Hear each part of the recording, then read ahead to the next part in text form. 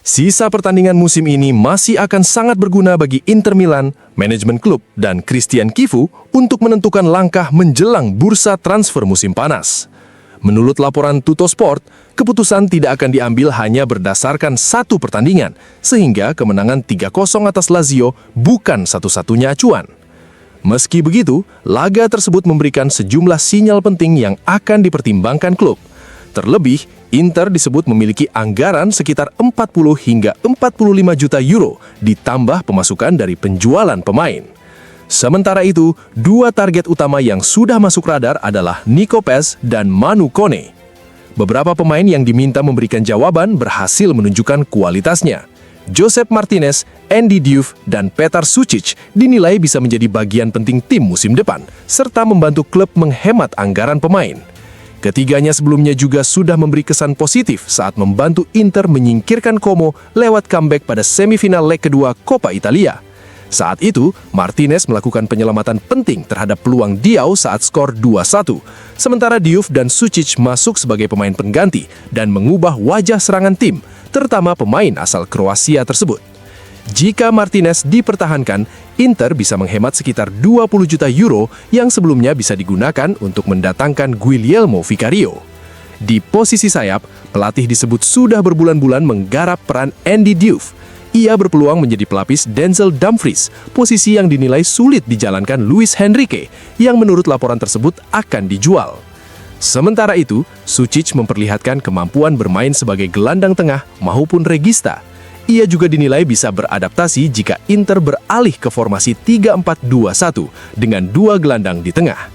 Untuk lini tengah musim depan, Inter disebut akan memulai dari Hakan Çalhanoğlu, Nicolo Barella, Piotr Zielinski, kembalinya Alexander Stankovic, serta dua target impian klub, yakni Kone dan Pes.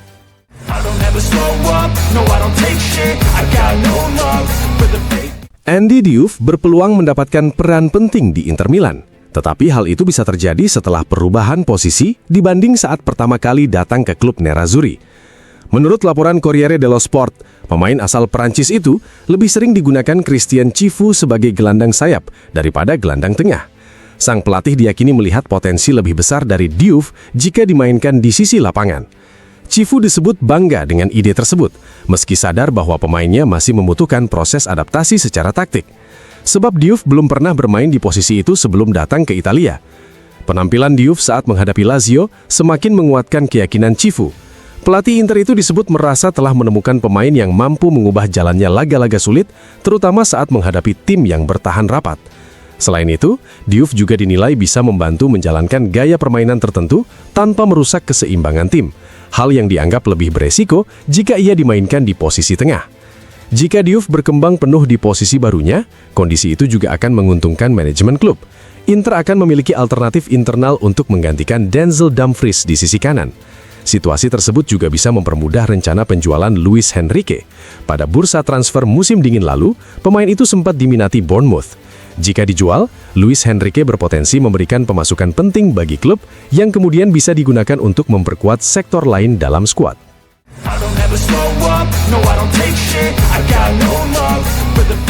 Pembahasan mengenai langkah berikutnya yang akan diambil Inter Milan terus menjadi sorotan.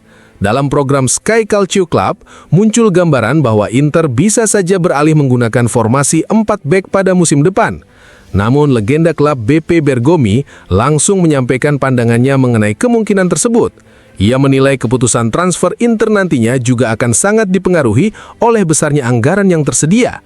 Jika ingin merevolusi sebuah tim, faktor ekonomi sangat penting, ujar Bergomi. Menurutnya, dengan komposisi pemain yang dimiliki saat ini, Inter akan sulit melakukan perubahan besar dari sistem permainan yang sudah ada. Bergomi meyakini Nerazzurri masih akan tetap memakai formasi 3 bek seperti sebelumnya. Ia juga menyinggung kemungkinan pergantian di posisi sayap kanan yang saat ini ditempati Denzel Dumfries. Meski begitu, menurut Bergomi, Inter hanya bisa mengganti Dumfries jika memiliki kekuatan finansial untuk merekrut pemain seperti Marco Palestra.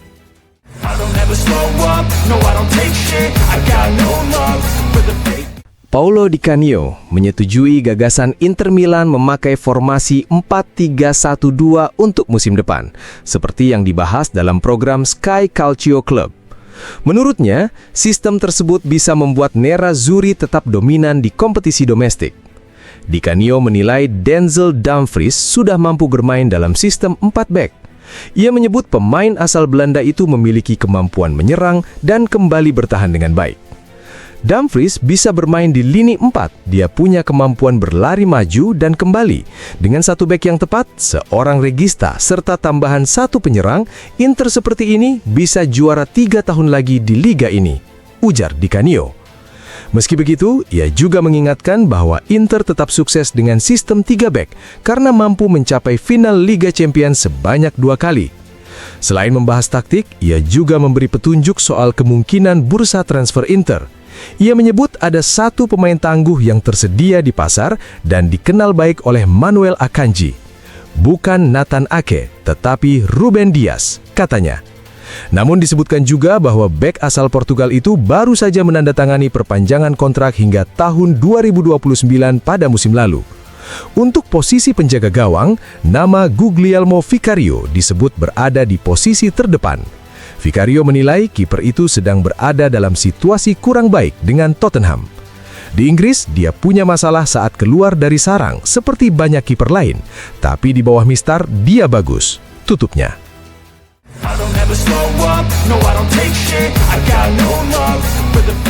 Stefano Sorrentino yang menjadi komentator tetap di program La Nuova DS membahas pertandingan pertama dari 2 pertemuan antara Lazio dan Inter, yaitu laga Serie A Sabtu lalu menjelang final Coppa Italia yang akan dimainkan Rabu malam. Menurut Sorrentino, Lazio harus menunjukkan performa yang jauh lebih baik dibanding pertandingan sebelumnya. Lazio harus melakukan lebih banyak. Sejak awal pertandingan memang tidak ada perlawanan. Memang benar ada beberapa pemain yang diistirahatkan dari kedua tim, ujar Sorrentino. Ia juga mengaku senang melihat Josep Martinez masih dipercaya bermain di bawah mistar gawang Inter. Menurutnya, sang kiper berpeluang menjadi penjaga gawang utama berikutnya. Saya senang melihat Martinez terus bermain karena dia bisa menjadi starter berikutnya. Saya akan memberi kepercayaan kepadanya karena menurut saya, dia memiliki level yang sangat tinggi, lanjutnya. Sorrentino menilai Lazio sempat memiliki beberapa peluang di babak kedua, tetapi itu belum cukup.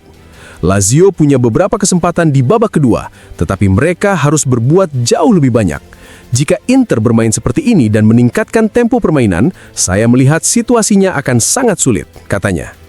Ia juga menyoroti kembalinya Lautaro Martinez yang menurutnya membawa perubahan besar bagi tim. Lautaro Martinez juga sudah kembali, dan itu cerita yang sangat berbeda, tambahnya. Penyerang asal Argentina itu memang tampil sejak menit pertama dalam laga tersebut, setelah sebelumnya bermain pada sebagian babak kedua saat Inter melawan Parma, pertandingan yang memastikan gelar Scudetto bagi Nerazzurri. Sebelum itu, terakhir kali Lautaro menjadi starter adalah saat menghadapi Roma pada 5 April. Dalam laga tersebut, ia mencetak 2 gol dan membantu tim meraih kemenangan.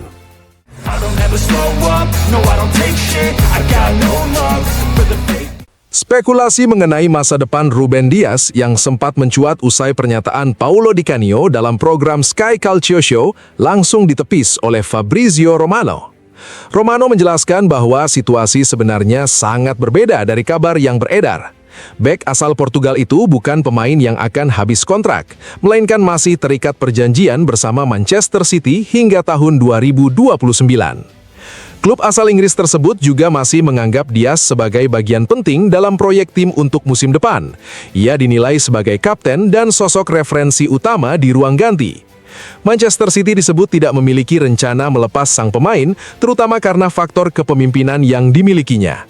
Dias dianggap sebagai salah satu pilar utama dalam skuad, baik jika tetap dilatih Pep Guardiola maupun jika nantinya tim ditangani pelatih baru. Dengan kondisi tersebut, saat ini tidak ada ruang untuk membuka negosiasi terkait Ruben Dias. Nama bek Portugal itu untuk sementara hanya menjadi mimpi sulit diwujudkan bagi klub-klub peminat, termasuk Inter Milan.